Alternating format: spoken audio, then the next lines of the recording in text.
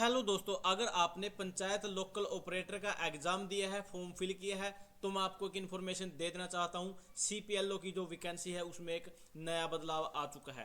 जी हां दोस्तों, उसके अलावा आपके माइंड में अनेकों क्वेश्चन है, जैसे सीपीएलओ का फाइनल रिजल्ट कब आएगा, सीपीएलओ में सेफ स्कोर क्या रहेगा, सीपीएलओ की कट ऑफ कितने मार्क्स रहेगी, इसमें काम क्या करना होगा।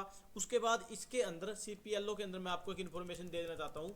स्टेज 1 हो चुकी है, स्टेज 2 भी हो चुकी है, जिसका एग्जाम 3 4 5 6 7 को थे। उसके बाद स्टेज 3 अब आपकी रेडी है। जी हाँ दोस्तों, स्टेज 3 में क्या होगा मैं वो भी दिखाने वाला हूँ। उसके अलावा मैं आपको बताने वाला हूँ, इसके अंदर जैसे ही मैंने पिछली वीडियो बनाई थी जिसके अंदर जो एचपीपी के कोऑर्डिनेटर हैं सतीश खोला जी, उनका लाइव इंटरव्यू हमने आपको दिखाया था, जिसके अंदर उसने बोल दिया था कि अब स्टेज 3 आपकी रेडी है, फटाफट आपको ज्वाइनिंग मिल जाएगी। उसके अलावा आपके माइंड में अनेकों क्वेश्चन और हैं, मैं उन सभी को क्लियर आज आपको करने वाला हूं। सबसे पहले तो मैं आपको एक इन्फॉर्मेशन दे देना चाहता हूं कि अगर आप इसके अंदर किसी सरकारी नौकरी वाली फीलिंग ले रहे हो तो आप ये गलत कर रहे हो। इसके अंदर कोई सरकारी सैलरी फिलहाल नहीं है, सिर्फ only transaction basis, monthly transaction basis पर आपको जो भी आपकी सैलरी बनेगी वही मिलेगी। उसके बाद इसका safe score, first of all तो मैं आपको एक इन्फॉर्मेशन दे देना चाहता हूँ। जो फर्स्ट एग्जाम हुआ था, जो कि यहाँ डी क्रिस्ट की ऑफिशियल साइट से आपको यहाँ अपना एडमिट कार्ड डाउनलोड करके एग्ज़ाम दिया था, उसके बाद फिर सेकंड एग्ज़ाम दिया था आप सभी ने। लेकिन उसमें जो फर्स्ट एग्ज़ाम थे, जो मिनिमम मार्क्स, इसके अंदर कोई किसी प्रकार की कोई रिजर्वेशन नहीं थी। 40% वालों का तो इसके अंदर 100% होने ही ज़रूरी थे। लेकिन हाँ, अगर आपने स्टेज 3 का इंतज़ार है तो मैं उसमें आपको बताने वाला हूँ। स्टेज 3 अब होने वाला है और स्टेज 2 में आपको कितने मार्क्स आपको लेने हैं। सबसे पहले तो मैं आपको इन्फॉर्मेशन देना चाहता हूं, अगर स्टेज 1 के अंदर 40 मार्क्स मिनिमम रखे गए हैं तो स्टेज 3 के अंदर भी कम से कम 40 तो मार्क्स वो मांगेंगे ही मांगेंगे, जो कि क्वालिफाई नेचर के रूप में रहेगा। जी हाँ दोस्तों, इसके अंदर आपको 33% मार्क्स तो आपको लेने ही पड़ेंगे, जो कि आपके 120 टोटल मार्क्स थे। इसके अंदर नेगेटिव मार्किंग थी। उसके अलावा आपको इसके अंदर 40 मार्क्स तो आपको लेने ही होंगे, लेकिन इस पर ऑफिशियल नोटिफिकेशन अभी नहीं आया है। मैं आपको रिजल्ट के बारे में बताना चाहता हूँ।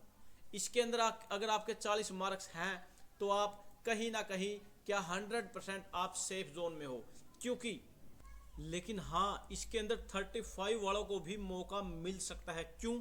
क्योंकि ये देखो दोस्तों, 626 कैंडिडेटों की एक नई लिस्ट ये आ चुकी है। कहीं ना कहीं इसके अंदर भी 1% लोग ऐसे होंगे जिन्होंने सीपीएलओ का एग्जाम दिया है। उसके बाद ये कैंडिडेट जो दिए गए हैं कैट ऑफ 63.1587, इसके अंदर मेल फीमेल की ये जो वैकेंसी थी, इसका रिजल्ट आया था। कहीं ना कहीं ये भी 1% कैंडिडेट ऐसे हैं जिन्होंने सीपीएलओ का एग्जाम दिया है। ये सभी के सभी बाहर चले जाएंगे, जिसकी वजह से यहाँ टोटल कितने कैंडिडेटों ने फॉर्म फिल किए मैं आपको बताने वाला हूँ। सबसे पहले तो इसके अंदर नियर अबाउट 1 लाख प्लस जो कैंडिडेटों ने इसके फॉर्म फिल किए थे, 1 लाख प्लस कैंडिडेटों ने। उसके बाद इसके अंदर 1000 रुपये इसके अंदर फीस रख दी थी। उसके बाद जो कैंडिडेट रह गए थे जिन्होंने एग्जाम दिया है, वो कैंडिडेट रह गए थे नियर अबाउट 30 से 40,000। उसके बाद फर्स्ट स्टेज में निकलने के बाद जो कैंडिडेट बचे वो बच गए थे टोटल 17 से 20,000 कैंडिडेट ऐसे हैं जिन्होंने सेकंड एग्ज़ाम दिया था। लेकिन लेने कितने हैं वो मैं बताने वाला हूँ। लेने इसके अंदर हैं 7,500, यानी कि 7500 कैंडिडेट इसमें लेने हैं।